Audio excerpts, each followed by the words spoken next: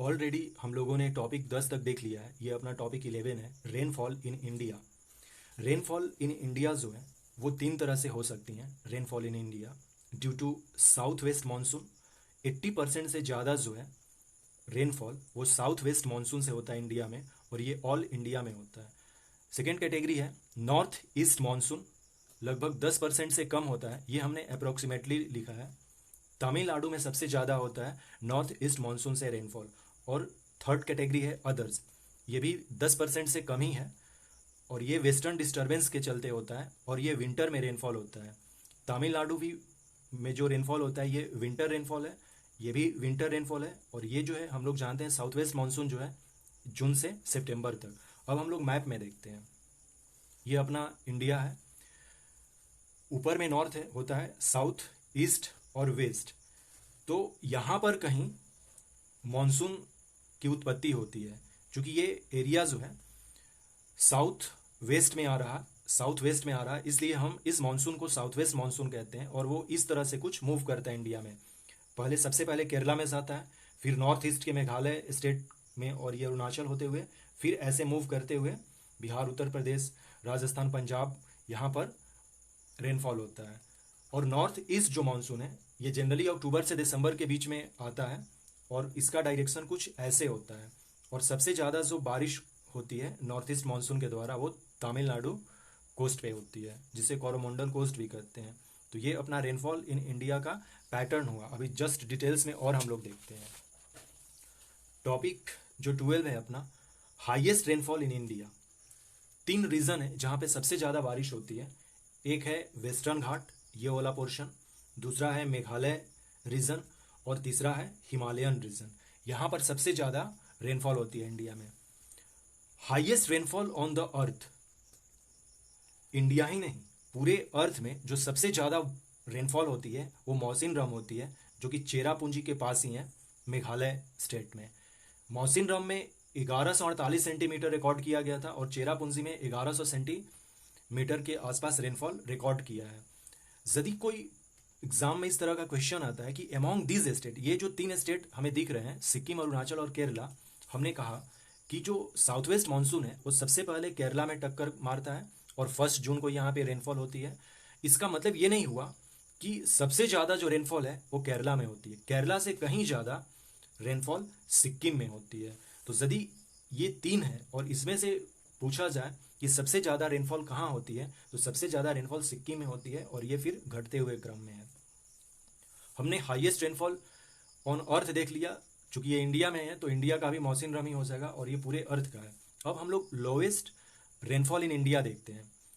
लेह, आज जो Ladakh union territory में जगह है लेह, वहाँ पर 9.2 सेंटीमीटर रिकॉर्ड किया गया था। सबसे कम जो है इंडिया में रेनफॉल वो लेह में होता है, और इसके बाद जैसलमेर में है 10 सेंटीमीटर के आसपास। और जैसलमेर में जो है ये राजस्थान का सबसे कम रेनफॉल इलाका है।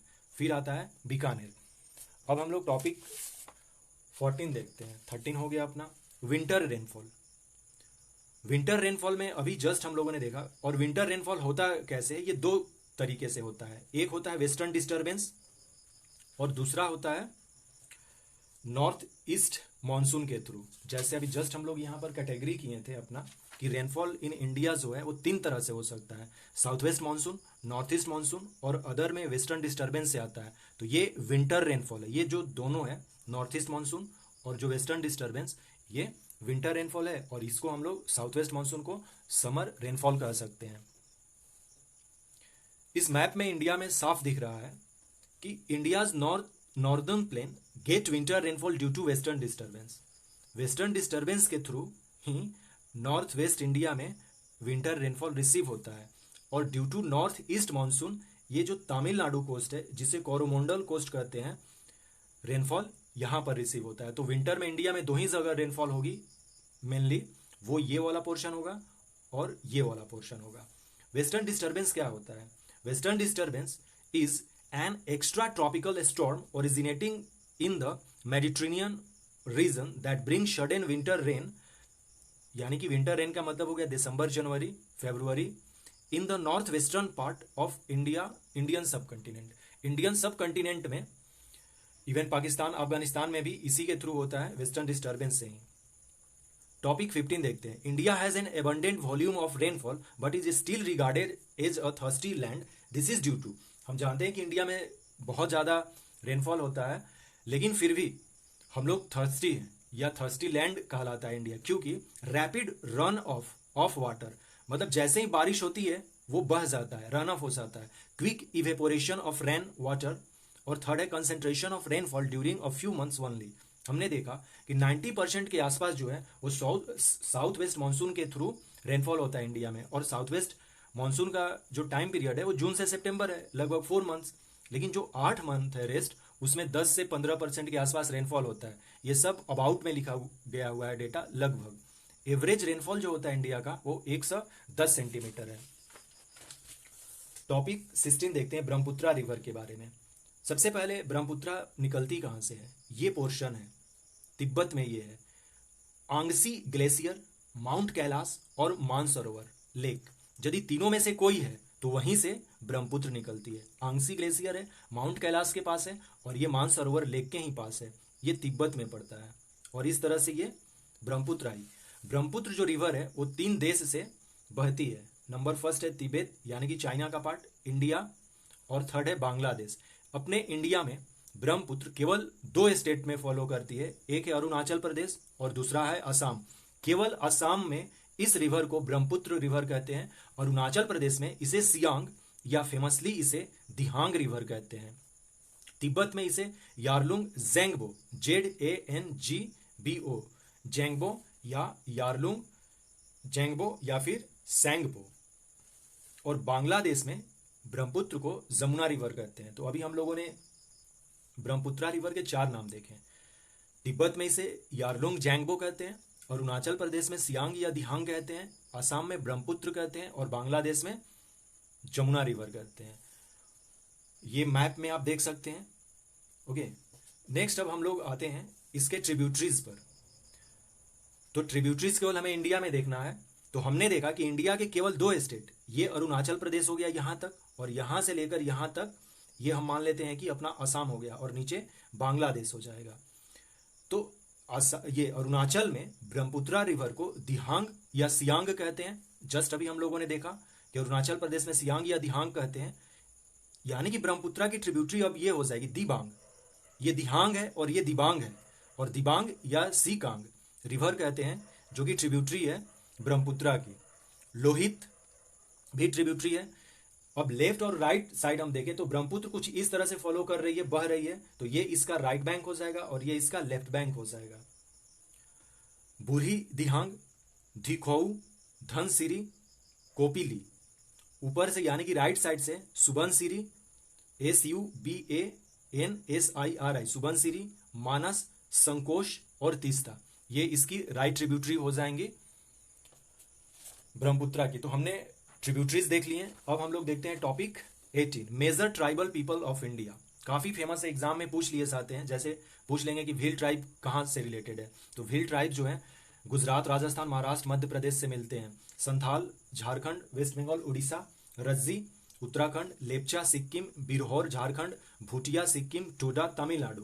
क्वेश्चन कुछ इस तरह से पूछे जाएंगे, वो मैचिंग वाले होंगे तो 4 इधर से दे देंगे और 4 इधर से दे देंगे, और मैच कराना होगा। नहीं तो पूछेंगे कि टोडा ट्राइब्स किस स्टेट में रहते हैं, तो वो पूछ देंगे, ऑप्शन में दे देंगे झारखंड, सिक्किम, तमिलनाडु, अंडमान एंड निकोबार। तो हमें टोडा तमिलनाडु लगाना होगा। काफी फेमस ट्राइब्स हैं तमिलनाडु में।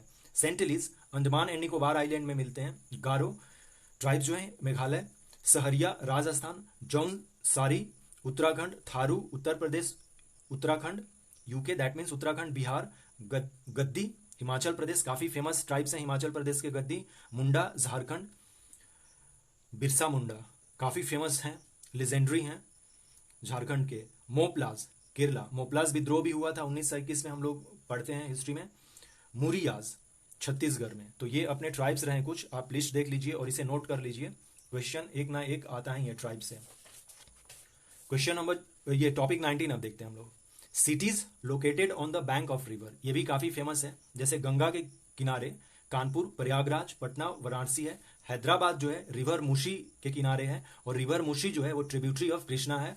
गोरखपुर राप्ती के किनारे है। लुधियाना सतलुज, जबलपुर नर्मदा, सूरत तापी नदी के किनारे है, कोटा चंबल नदी के किनारे है, अहमदाबाद साबरमती के किनारे है, नासिक जो है वो गोदावरी, नासिक जो है गोदावरी है, ये टी नहीं है, गोदावरी रिवर, बैतूल तापी रिवर, और बैतूल से ही तापी नदी निकलती है, जगदलपुर इंद्रावती जगदलपुर उड़ीसा में है, उज्जैन सिप्रा, उज्जैन जो है मध्य प्रदेश में है। टॉपिक 20 देख लेते हैं, माउंटेन्स रेंजेस ऑन मैप। कई बार ये क्वेश्चन पूछ लिया जाता है। जम्मू कश्मीर का ये मैप है, सबसे ऊपर काराकोरम रेंज आता है, फिर लद्दाख, फिर जस्कर और फिर पीर पांचल। नॉर्थ से यदि हमें साउथ में कहा जाए क्रोनोलॉजी लिखने के लिए तो सबसे पहले काराकोरम, लद्दाख, जस्कर और फिर पीर पांचल, और साउथ टू नॉर्थ कहा जाए तो सबसे पहले पीर पांचल, जस्कर, लद्दाख और काराकोरम। तो ये अपने 20 टॉपिक्स हो गए।